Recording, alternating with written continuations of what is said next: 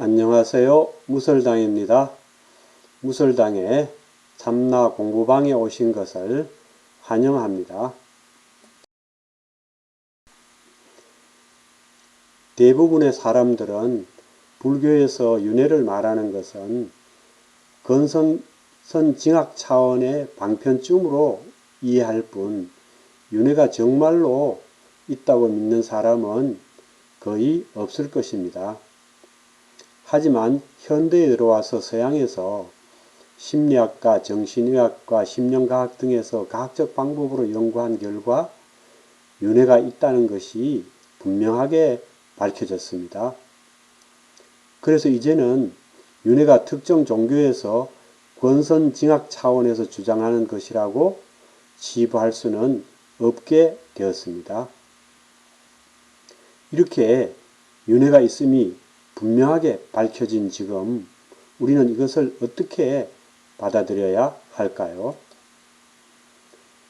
이것에서 어떤 교훈과 시사점을 얻을 수 있을까요? 이 영상에서는 이것에 대해 말씀드리고자 합니다.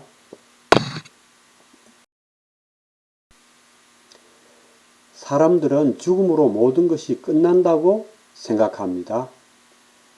육체가 죽으면 나도 끝이고 나의 모든 것도 끝이라고 생각합니다.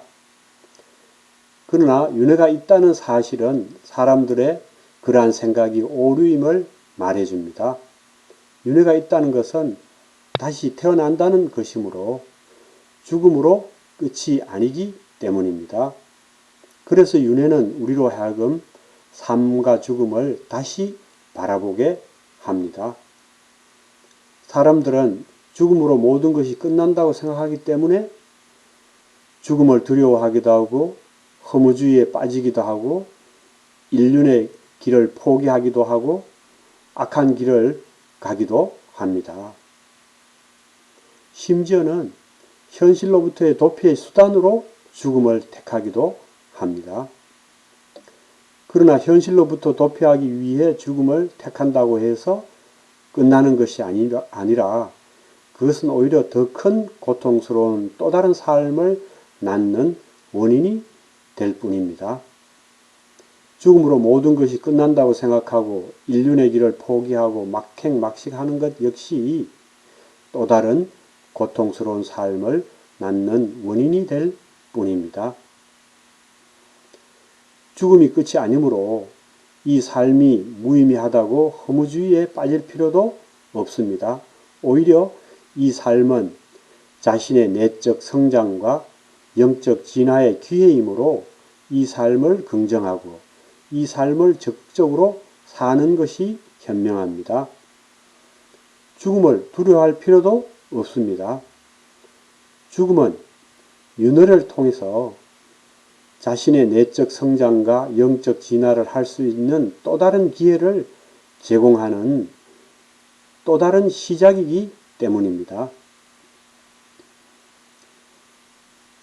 윤회가 실제라고 해서 그것이 우리로 하여금 사후 세계의 존재를 확신하기 위해서 생존의 영속성에 대한 희망을 주기 위한 것이라고 생각해서는 안 됩니다. 부처님께서 윤회를 말씀하신 것은 결코 사후 세계를 설명하거나 영생에 대한 믿음과 희망을 주기 위한 것이 아닙니다. 불교 경전이 윤회가 있음을 드러내 보이는 것은 현재의 삶을 바르고 충실하게 살아가도록 하는데 그 목적이 있음을 알아야 합니다.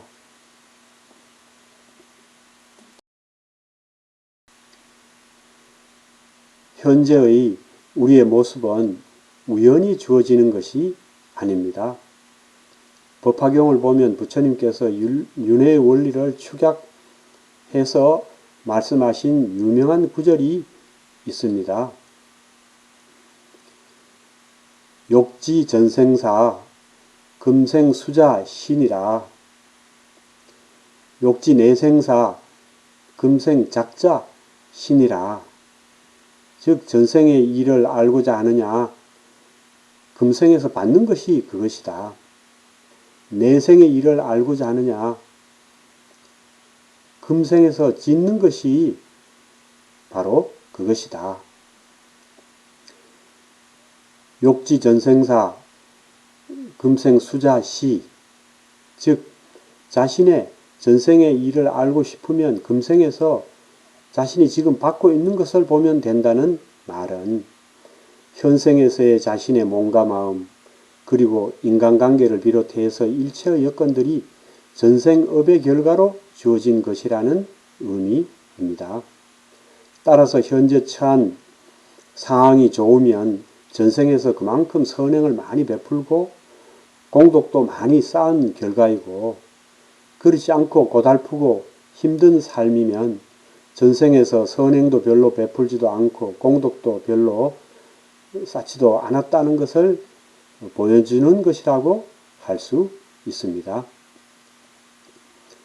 금생수자, 즉 금생에서 지금 받고 있는 것들이 전생의 업의 결과라는 부처님 말씀은 중생구제를 위한 하나의 방편의 말씀일까요? 아니면 진실일까요? 지난 영상에서 소개한 에드가 케이시의 수많은 전생 리딩 결과는 부처님께서 중생구제를 위한 하나의 방편으로 말씀하신 것이 아니라 그것이 진실임을 보여줍니다.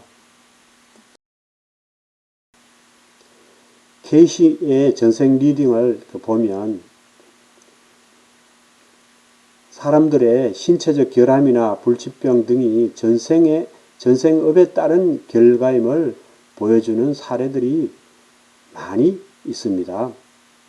또한 사람들의 심리적 경향도 한 생에서 다음 생으로 이월된다는 것을 보여주는 사례들도 많습니다. 사람들의 성격 특성도 전생의 습성에서 비롯된다는 것을 보여주는 사례들도 많습니다. 그리고 사람들의 기호나 취미, 흥미, 직업, 능력 등도 전생에서 비롯된다는 것을 보여주는 사례들이 많습니다. 인간관계나 인간관계의 친소 등도 전생의 인연에서 비롯된다는 것을 보여주는 사례들도 많습니다. 케이시의 전생 리딩이 보여주는 것처럼 윤회로는 우리가 왜 현재의 모습을 하고 있으며 왜 이런 상황에 놓여 있는지에 대한 설명과 답을 제공합니다. 예컨대 저 사람은 건강하고 아름다운 신체를 갖고 태어났는데 나는 왜 그렇지 못한가? 또 저 사람은 성격도 좋고 재능도 다방면에서 뛰어난데 나는 왜 그렇지 않은가? 저 사람은 부유한 집안에서 고귀한 신분으로 태어났는데 나는 왜 그렇지 않은가? 등등에 대한 설명과 답을 제공해 줍니다. 이것은 케이시의 전생 리딩 결과가 아니더라도 이미 부처님께서 경전에서 수도 없이 말씀하신 것입니다. 경전에 나와 있는 것을 하나 읽어 보겠습니다. 말리카 왕비가 어느 날 부처님을 찾아와서 여쭈었습니다. 부처님시여, 똑같은 사람인데 왜 어떤 사람은 예쁘고 어떤 사람은 추하며 어떤 사람은 부유하고 어떤 사람은 가난하며 어떤 사람은 고귀하고 어떤 사람은 천하게 태어납니까? 그러니 부처님께서 말씀하시기를 과거 생에 화를 잘 낸 사람은 추하게 태어나고 과거 생에 베풀기를 싫어하고 인색했던 사람은 가난하게 태어나며 과거 생에 남을 시기 질투한 사람은 천박하게 태어난다고 하셨습니다. 부처님의 말씀을 듣고 말리카 왕비가 말씀드리기를 그럼 저는 틀림없이 전생에 화를 잘 냈군요. 그래서 이렇게 추하게 태어났습니다. 라고 했습니다. 또 말씀드리기를 부처님 그러나 저는 다행스럽게도 과거생에 베풀기를 좋아하고 남이 잘 되는 것을 시기 질투하지 않고 찬탄하고 같이 기뻐했기에 이렇게 부유함과 고귀함을 갖추게 되었습니다. 라고 하였습니다. 그러자 부처님께서 그러니라 라고 하셨습니다.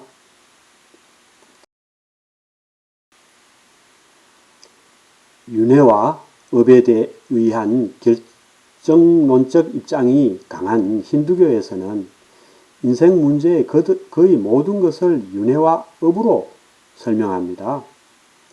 인생의 여러 문제는 우연이나 도덕적 심판자로서의 신에 의한 보상이나 벌로서 주어지는 것이 아니라 철저히 전생과 과거에 자신이 스스로 지은 행위의 결과, 즉 업의 가오로서 주어진다는 것입니다. 이 같은 윤회론의 관점은 우리에게 유익한 시사를 줍니다. 우리의 현재의 모습이나 상황이 우연이거나 신이나 타인의 탓이 아니라 전적으로 자신이 전생과 과거에 한 행위의 결과라는 것은 바로 그 모든 것이 모두 자기 책임이라는 것을 의미하기 때문입니다. 모든 것이 자신의 행위 결과이고 그래서 전적으로 자신의 책임이라면 우리는 자신에게 주어진 이 현실을 있는 그대로 기꺼이 수용할 수 있습니다. 우연이나 남의 탓이 아니기 때문입니다. 자기 책임이면 수용하기도 쉬우며 수용하면 마음도 편안해지고 현실에 대해 긍정적이고 적극적이 될 수 있습니다. 그래서 달마대사는 수행의 4가지 방법, 즉 사행간의 하나로 강조하셨습니다.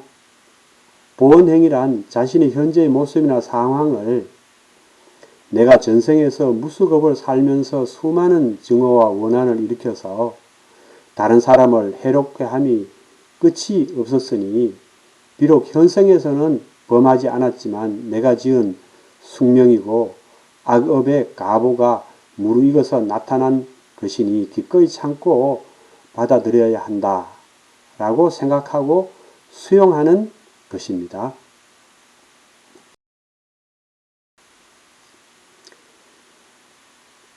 현재의 선택과 노력이 현재와 미래의 삶을 결정합니다. 그런데 업에 따른 가보와 윤회를 골자로 하는 윤회론은 곧잘 숙명론으로 오해됩니다. 윤회론은 사람들에게 현재 주어진 상황이 전생의 업에 의한 가보라고 주장하므로 인간 삶은 숙명론적이라고 오해하기 쉽습니다. 윤회론에서 결정론적 경향이 강한 힌두교가 지배한 인도 사회에서는 더욱 그렇습니다.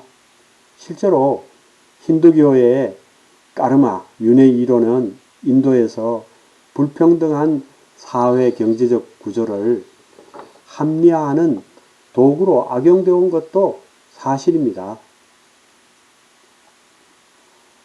하지만 업에 따른 가보와 윤회가 있다고 해서 그것이 곧바로 숙명론이나 결정론을 의미하지는 않습니다. 특히 불교 윤회론은 인도 전통의 숙명론적 업 이론을 배격하고 인간의 자율적인 노력을 강조하며 자신의 노력에 따라 현재와 미래 삶이 변화될 수 있다고 강조합니다.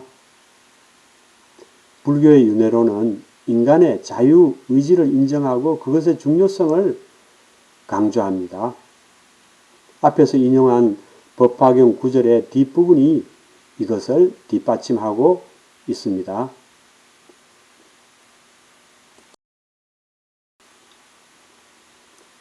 욕지내생사 금생 작자시이라 즉 내생의 일을 알고자 하느냐 금생에서 짓는 것이 바로 그것이다 라는 말은 현생에서 하는 행위의 결과로 내생의 일이 가보로서 주어진다는 것이므로 내생과 미래는 전적으로 현재 내가 어떻게 하느냐에 달려있음을 의미합니다.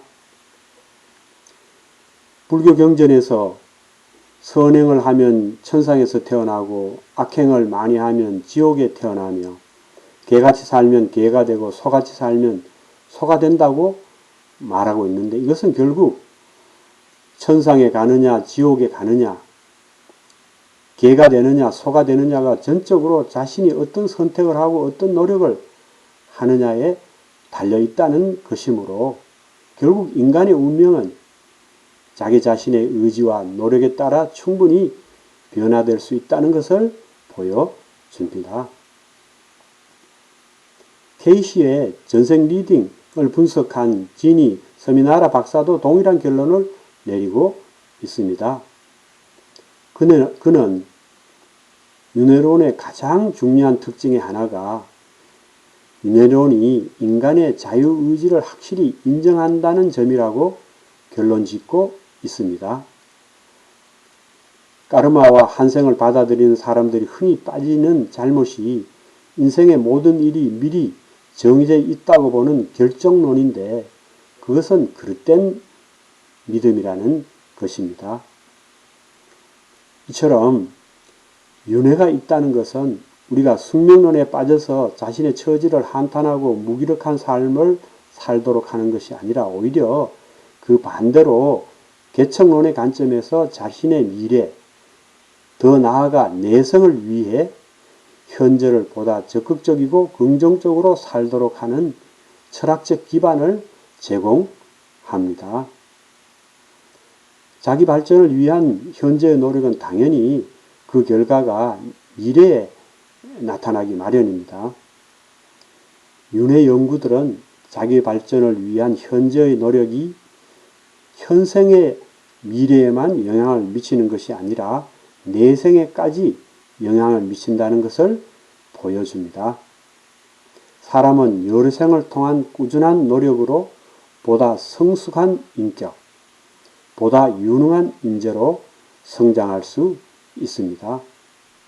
이것은 윤회론이 우리에게 주는 중요한 교훈이 아닐 수 없습니다. 부처님의 전생 이야기를 담은 본생담이 주는 교훈도 바로 이것입니다. 본생담은 모두 부처님께서 여러 생을 통해 악을 멀리하고 선을 행하여 결국 부처가 되었다는 것을 보여주기 때문입니다. 케이시의 전생 리딩 결과도 사람들의 재능이 과거 생에서 쌓은 결과임을 확인해주고 있습니다.